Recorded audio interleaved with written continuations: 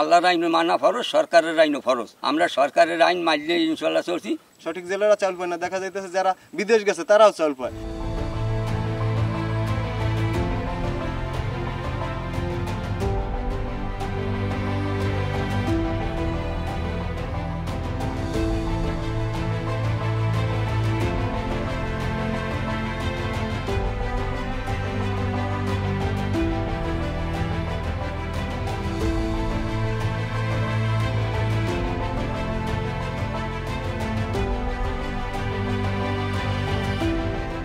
সরকার 22 দিন অবরোধ দিয়েছে, আমরা জাল পাতি নেই, এখন মেশিন টেশিং সারাইতে আছি।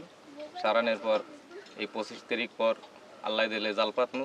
শুরুর দিয়েই শিখছি যে গিয়ে জাল পাওয়ার, এটা ছাড়া আমার কোনো গতি নেই। নৌ পুলিশ কোস্টগার্ড মৎস্য আইসা জালটা নিয়ে যায়। একটা জেলে লোন নেয়, আপনার সুদি করে 100 না করে, তারপর একটা জাল তৈরি করে 40,000 50,000 টাকা খরচ হয়। দৈনিক 1 কেজি 2 কেজি মাছ বাজে না। বড় মাছ নদীতে নাই, 1 কেজি পেট্রোল সারাদিন পুড়লে 1 কেজি পেট্রোলের দাম 105 টাকা, তা চলে না। কিন্তু সরকার যদি ভালো কোনো কিছু পুনর্বাসনের ব্যবস্থা করে, জেলে ফ্যামিলিতে প্রত্যেকটা ফ্যামিলিতে শিক্ষিত আছে, জেলের ছেলে জেলে হবে না, এই জন্যই আমাদের স্লোগান। সঠিক জেলেরা চাউল পাই না, আমরা সঠিক জেলেরা চাউল পাই না। দেখা যাইতেছে যারা বিদেশ গেছে তারাও চাউল পায়, যারা জাল পায় না তারাও চাউল পায়।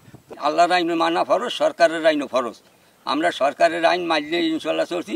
আমাকে নাওদুন তরে আমরা জাল জল গুছাইছি, আল্লাহ যদি দেয় বাসায় আমাকে 25 তারিখ রাত 12টার পর আমরা নদীতে নামুন না আসা আছে, আল্লাহ বাসাই রায়। 22 দিন এই অভিযানের আমরা নৌকা জাল ঠিক করছি, আমরা নদীতে যাই নাই, সরকারি আইন মানিয়ে চলছি। এখন এই 22 দিন পর 25 তারিখ রাত 12টায় পর আর কি অভিযান শেষ। এই আমরা অভিযানে নদীতে নামবো, আল্লাহ যদি মাছ পোনা দেয় তাই তো পামু, আর না দিলে নাই। কিন্তু আমরা জাল মেরামত করছি, টলার মেরামত করছি, লোকজনও আনছি, আমরা সবকিছু গুছাইতে আছি। নদীতে নামিয়া প্রচুর মাছের আশা করতেছি। আমাদের জাল টলার মেরামত করতে আছি, করা হয়েও গেছে। মাছ না পাইলে করার কি আছে, মাছ ইনশাল্লাহ আল্লাহ দেবে, আশা করা যায়। 22 দিন অবরোধ পালন করছি। আমাদের টলার মেরামত করছি, জাল টাল গুছাই রাখছি। কিন্তু আমরা বর্ষায় যে জালটা বাইছি, কিন্তু আমরা মাছ ধরতে পারি নাই, মাছ খুবই কম পাইছি। কিন্তু বড় ট্রলিং এর কারণে আমরা মাছ এর পাই না, বড় ট্রলিং এর মাছগুলো সব ধরে নিয়ে যায়। আমরা কিন্তু এই জন্য এবছর মনে করেন একটা বোর্ডে প্রায় 6 থেকে 8 লাখ টাকা এইভাবে ঋণগ্রস্ত আছি। আর আমাদের সংসার এখন চলে না। এখন এই আমরা সাগরে গেলে যে মাছ পাবো কিনা এরকম আশা করা যায়। এত বড় ট্রলিং এর কারণে আমরা মাছ কিন্তু ধরতে পারতে আছি। মাছই এবং আমরা টলার মলার জাল বলবার সব কিছু নিয়ে আমরা রেডি করতেছি।